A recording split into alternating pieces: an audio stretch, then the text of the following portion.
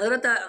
مدلل لکھے پھر مذکورہ حدیث کا سبب ورود بھی تحریر کرے۔ مذکورہ حدیث کا سبب ورود یہ ہے کہ حضور اکرم صلی اللہ علیہ وسلم ایک سفر میں تھے۔ اب لوگوں میں اختلاف ہو گیا کہ یہ سفر کون سا سفر تھا۔ بعض لوگوں نے کہا فتح مکہ کا تھا یہ سفر، بعض لوگوں نے کہا غزوہ تبوک کا سفر تھا۔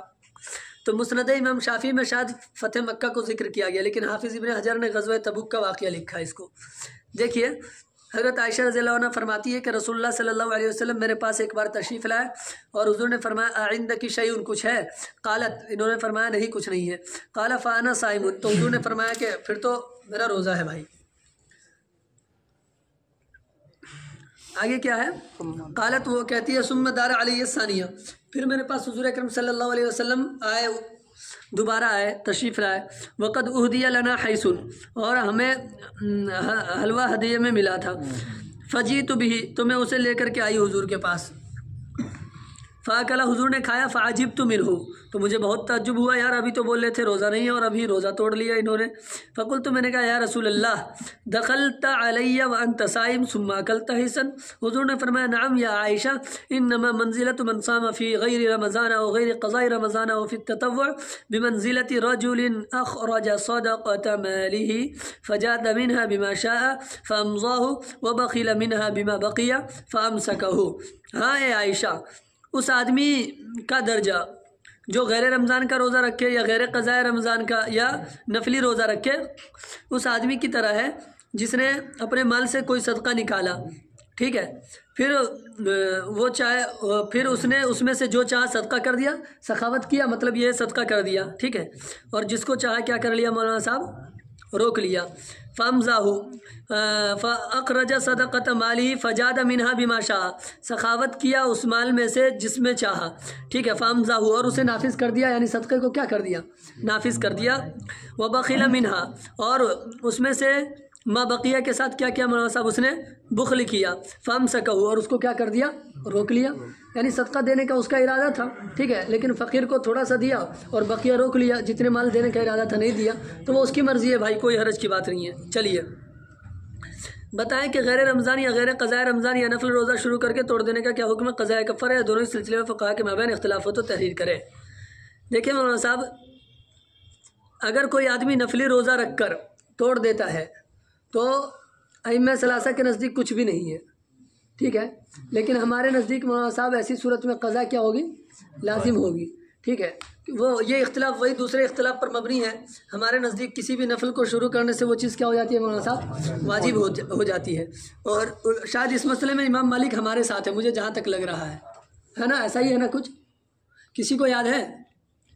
ایسا ہی کچھ ہے، شاید امام مالک ہمارے ساتھ ہے کہ ان کے یہاں بھی کوئی چیز شروع کرنے سے لازم ہو جاتی ہے، دیکھ لیجئے گا، مجھے شبہ ہو رہا ہے۔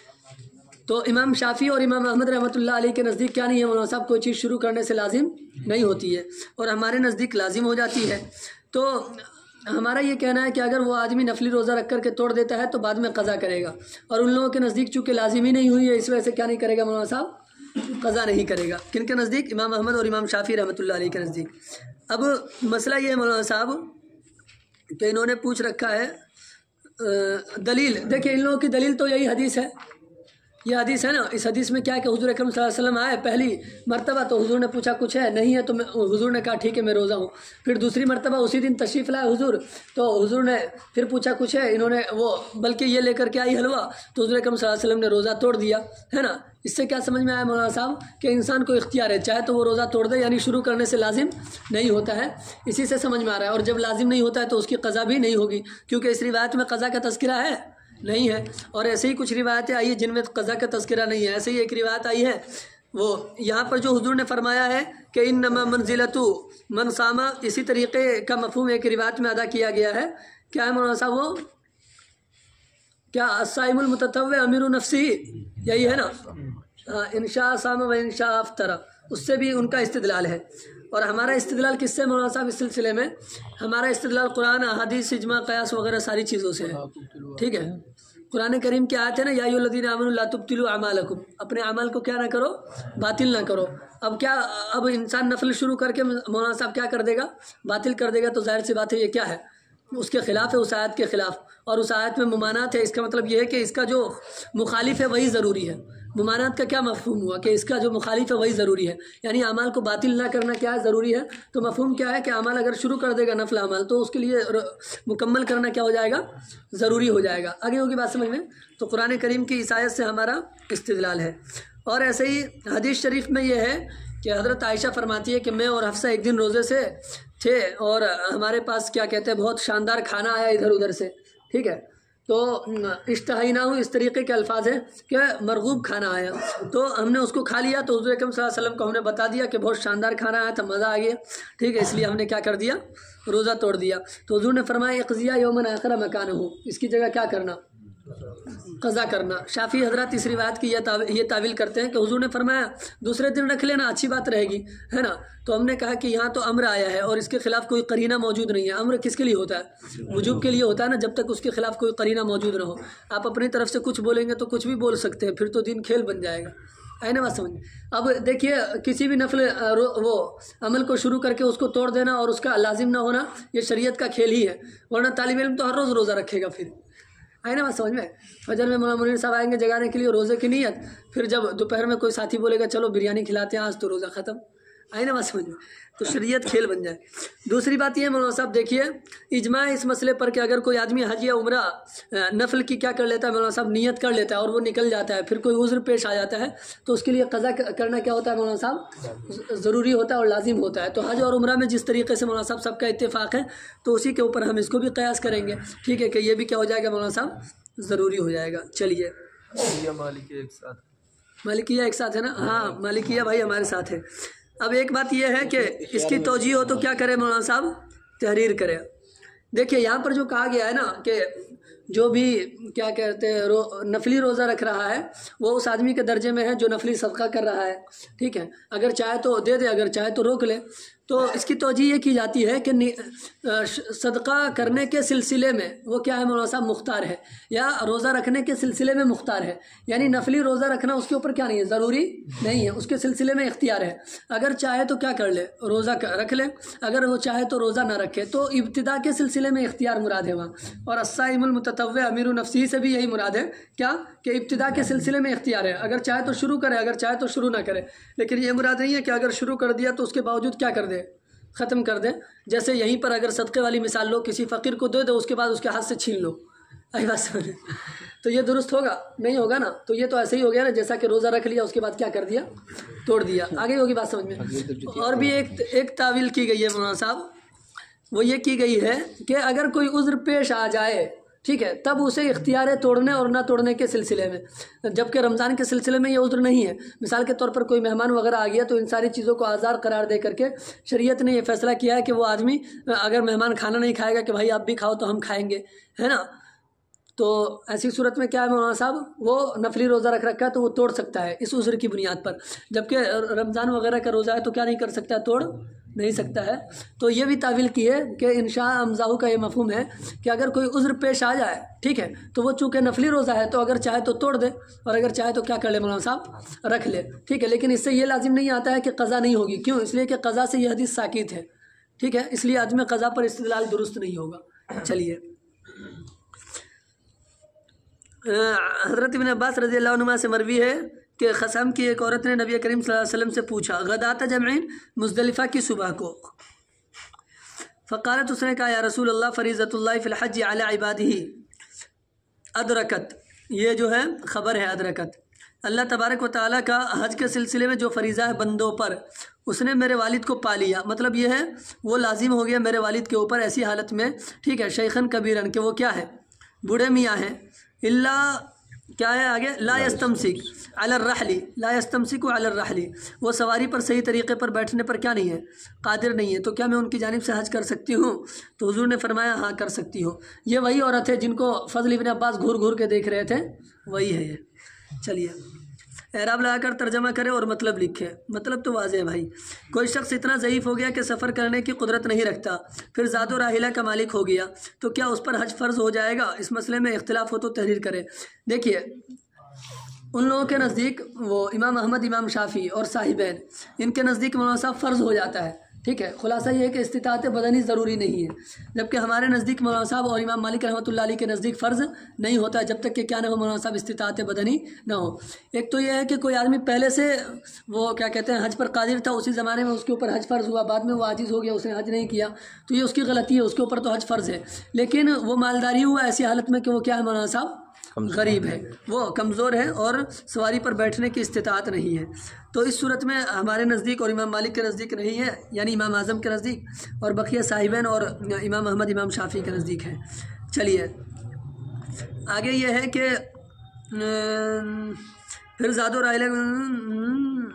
جن لوگوں کے نزدیک حج فرض نہیں ہوگا وہ اس حدیث کی کیا توجیہ کرتے ہیں؟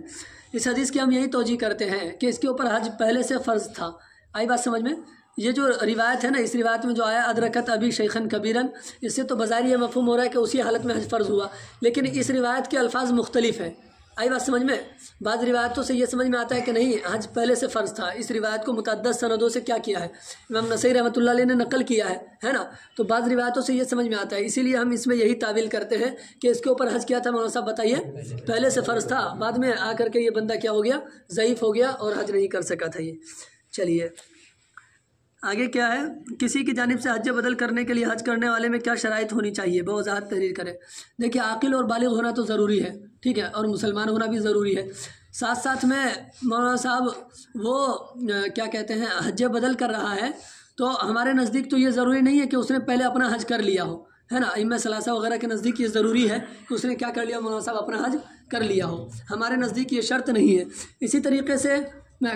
بسا اوقات کیا ہوتا ہے، ایسے آدمی کو حج پہ بھیج دیتے ہیں حج بدل کرنے کے لیے جو وہیں رہتا ہو مثال کے طور پر، ہے نا، یا یہ کہ وہیں اس کا کاروبار وغیرہ ہو، تو ایسے آدمی کے لیے یہ بھی شرط ہے کہ وہ اپنے کاروبار وغیرہ میں لگ کر کے کیا نہ کر دے مولانا صاحب، اس کو فوت نہ کر دے، ہے نا بات سمجھ میں، یعنی بالکل عبادت رہے ہی نہیں ہے، ہمیشہ کاروبار پر دھیان دے، ادھر ہی گیا تھا سامان بیچنے کے لیے اور وہ کیا کہتے ہیں طواف کرتے کرتے اعلان کیا بھائی اتنے میں یہ سامان لے لو، اتنے میں یہ سامان لے لو، اور طواف پورا ہو گیا، ہے نا بات سمجھ میں، اس طرح سے نہ کرے، آئی بات سمجھ میں۔ اسی طریقے سے حج بدل کرنے والے کے لیے یہ ضروری ہے کہ اس کو میت نے حکم دیا ہو، آئی بات سمجھ میں، یا تو اگر وہ زندہ ہے جو عاجز شخص ہے اس نے حکم دیا ہو، یا مر گیا ہے تو میت نے کیا دیا ہو مولانا صاحب،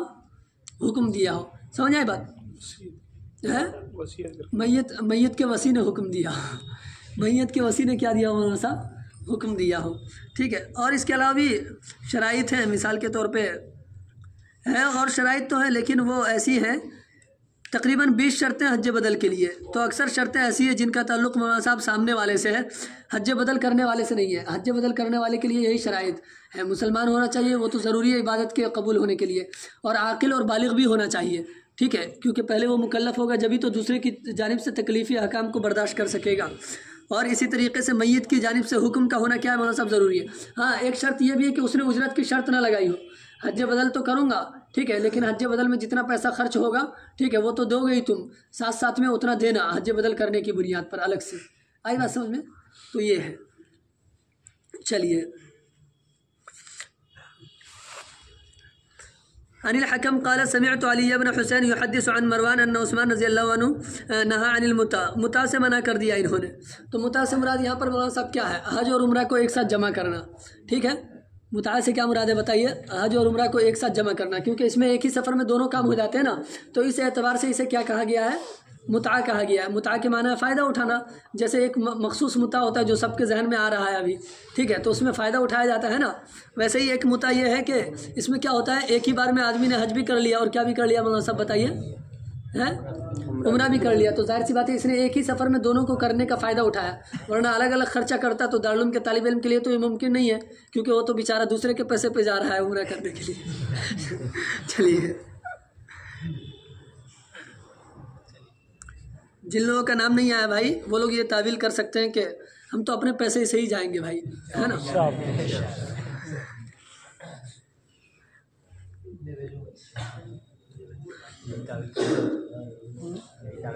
دیکھیے متع سے منع فرمایا انہوں نے، اور اس بات سے منع فرمایا کہ آدمی حج اور عمرہ کے درمیان جمع کرے، تو حضرت علی نے فرمایا لبیک بحجۃ و عمرۃ، ان کو تو مخالفت کرنی تھی حضرت علی رضی اللہ عنہ کو، تو انہوں نے حضرت عثمان کے سامنے جا کر کے کہا لبیک بحجۃ و عمرۃ، ٹھیک ہے، کہ میں دونوں کا احرام ایک ساتھ باندھ رہا ہوں، آئی بات سمجھ میں۔ چلیے تو آگے کیا ہے، حضرت عثمان نے فرمایا ارے بھائی یہ کیا کر رہے ہو، اتفلوها وانا انہا انا، میری بات نہیں مانتے ہو بھائی، میں اس سے منع کرتا ہوں اور تم یہی کرتے ہو، متاع میں لگے ہوئے ہو۔ تو حضرت علی رضی اللہ عنہ نے فرمایا لم اکن لادع سنت رسول اللہ صلی اللہ علیہ وسلم لاحد من الناس، میں لوگوں کی باتوں کی وجہ سے نہیں چھوڑ سکتا ہوں۔ دیکھیے پہلے تو اس سے منع حضرت عمر نے کیا تھا، لیکن حضرت عمر کے زمانے میں ان کو ہمت نہیں ہوئی، ٹھیک ہے، تو حضرت عثمان رضی اللہ عنہ بیچارے صوفی آدمی تھے، تو ان کے زمانے میں ان کے سامنے جا کر کے کہہ رہے لبیک بحجۃ و عمرۃ، اور حضرت عمر کے زمانے میں یہ سب کچھ ممکن بھی نہیں تھا، ہے نا، ان کی مخالفت نہیں کرتا تھا نا کوئی۔ تو حضرت عثمان کے زمانے میں ان کو موقع مل گیا تو انہوں نے ایسا کیا۔ آگے کیا ہے، حضرت ابن عباس رضی اللہ عنہ سے مروی انہوں نے فرمایا کہ میں نے عمر رضی اللہ عنہ کو یہ کہتے ہوئے سنا واللہ انی لانہاکم عن المتعہ وانہا لفی کتاب اللہ ولقد فعلها رسول اللہ صلی اللہ علیہ وسلم، میں اس سے منع کر رہا ہوں، ٹھیک ہے،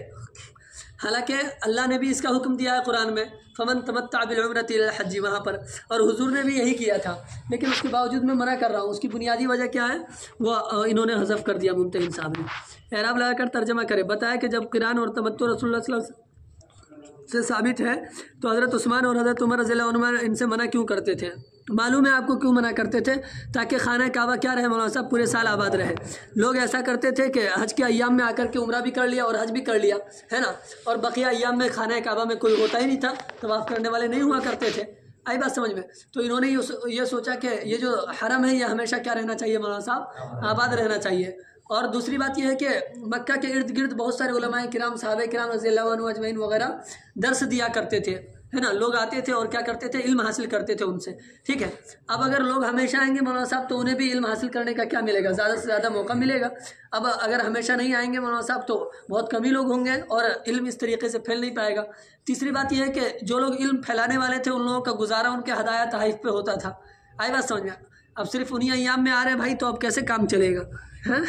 تو اس وجہ سے حضرت عمر رضی اللہ، یہ بات بھی لکھی گئی ہے، میں اپنی طرف سے نہیں بول رہا ہوں۔ تو اس وجہ سے کیا ہوا تھا مولانا صاحب بتائیے؟ ہاں یہی 2-3 باتیں تھی بنیاد، اسی کی بنیاد پر ایسا کیا تھا۔ چلیں آگے۔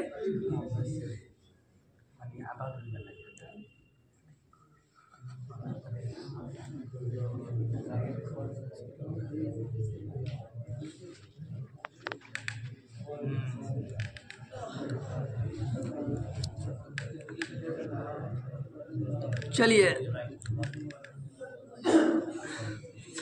حضرت عبداللہ ابن محمد ابن ابی بکر ابن صدیق رضی اللہ عنہما کیا کرتے ہیں، خبر دیتے ہیں، انہوں نے بتایا حضرت عبداللہ ابن عمر رضی اللہ عنہما کو حضرت عائشہ سے، یعنی ان سے روایت نقل کی کہ رسول اللہ صلی اللہ علیہ وسلم نے ارشاد فرمایا تھا علم ترئی، اصل میں علم ترئی نہ تھا، نون کو کیا کر دیا، حذف کر دیا لم کی بنیاد پر، ٹھیک ہے۔ علم ترئی ان قومک حین بنو الکعبہ، بناؤ ہوگا، بناو الکعبہ ہوگا، بنا ابنی باب ذرا بس ہے نا، تو پھر بنو الکعبہ ہوگا، ٹھیک ہے۔ حین بنو الکعبہ، جب انہوں نے کیا کیا مولانا صاحب، کعبہ کی تعمیر کی، اقتصروا عن قواعد ابراہیم علیہ السلام، تو انہوں نے اندر کیا کر دیا مولانا صاحب، اقتصروا کا مطلب یہ ہے کہ حضرت ابراہیم علیہ السلام کی بنیادوں سے اندر کعبے کو تعمیر کیا، ہے نا، 4 جانب بنیادیں تھیں تو دو جانب تو اسی کے مطابق رکھا اور 2 جانب کو اندر کر دیا۔ چلیے، تو میں نے کہا یا رسول اللہ الا تردها علی قواعد ابراہیم علیہ السلام، کیا آپ اس کے مطابق کام نہیں کر سکتے؟ تو حضور نے فرمایا لولا حدثان قومک، ہے نا، بالکفر، اگر تمہاری قوم نئی کفر سے نکل کر آئی ہوئی نہیں ہوتی، آئی نا بات سمجھ میں، یعنی نو مسلم نہ ہوتی، ٹھیک ہے، تب میں کر دیتا ایسا۔ تو حضرت عبداللہ بن عمر رضی اللہ عنہ نے فرمایا لئن کانت عائشہ رضی اللہ عنہا سمعت ھذا من رسول اللہ صلی اللہ علیہ وسلم، اگر حضرت عائشہ نے یہ بات حضور سے سنی ہے تو ما ارا، میں نہیں سمجھتا ہوں، ہے نا، ترک استلام الرکنین اللذین یلیان الحجر، وہی حجر اسود، ٹھیک ہے، میں نہیں سمجھتا ہوں کہ دونوں رکن جو حجر اسود سے ملے ہوئے ہیں، یعنی رکن عراقی اور رکن شامی، ان دونوں کا استسلام نہیں کیا جاتا ہے، چھوڑا جاتا ہے، یعنی نہیں کیا جاتا ہے، مگر اس بنیاد پر کہ بیت اللہ شریف حضرت ابراہیم علیہ السلام کی بنیادوں پر کیا نہیں کیا گیا ہے، مکمل کھڑا نہیں کیا گیا۔ میں نے یہی بتائی تھی نا وجہ کہ ان دونوں رکنوں کا استلام اس لیے نہیں کیا جاتا ہے کیونکہ ان دونوں دیواروں کو کیا کر دیا گیا تھا، بنائے قریشی میں اندر کر دیا گیا تھا اور ابراہیم علیہ السلام کی بنیاد کے مطابق نہیں تھا یہ۔ چلیے اعراب لگا کر ترجمہ کریں اور بتایا کہ حضرت ابن عمر نے حدیث عائشہ پر کون سا مسئلہ متفرع کیا ہے، بتا دیا نا میں نے چلیے بتائیں کہ بنا ابراہیم کے مطابق خانہ کعبہ کی کیفیت کیا تھی، یہ بھی بتا دیا میں نے۔ چلیے رسول اللہ صلی اللہ علیہ وسلم نے کس اندیشے سے خانہ کعبہ کو بنا ابراہیمی پر دوبارہ تعمیر نہیں کرایا، بتا دیا فتنے کے اندیشے سے۔ اور اس کا کیا فائدہ حاصل ہوا؟ بھائی لوگ اسلام میں کیا ہو گئے مولانا صاحب، پختہ ہو گئے، اور کسی کو ان سب چیزوں کی وجہ سے اعتراض کرنے کا کیا نہیں ملا، موقع نہیں ملا۔ چلیے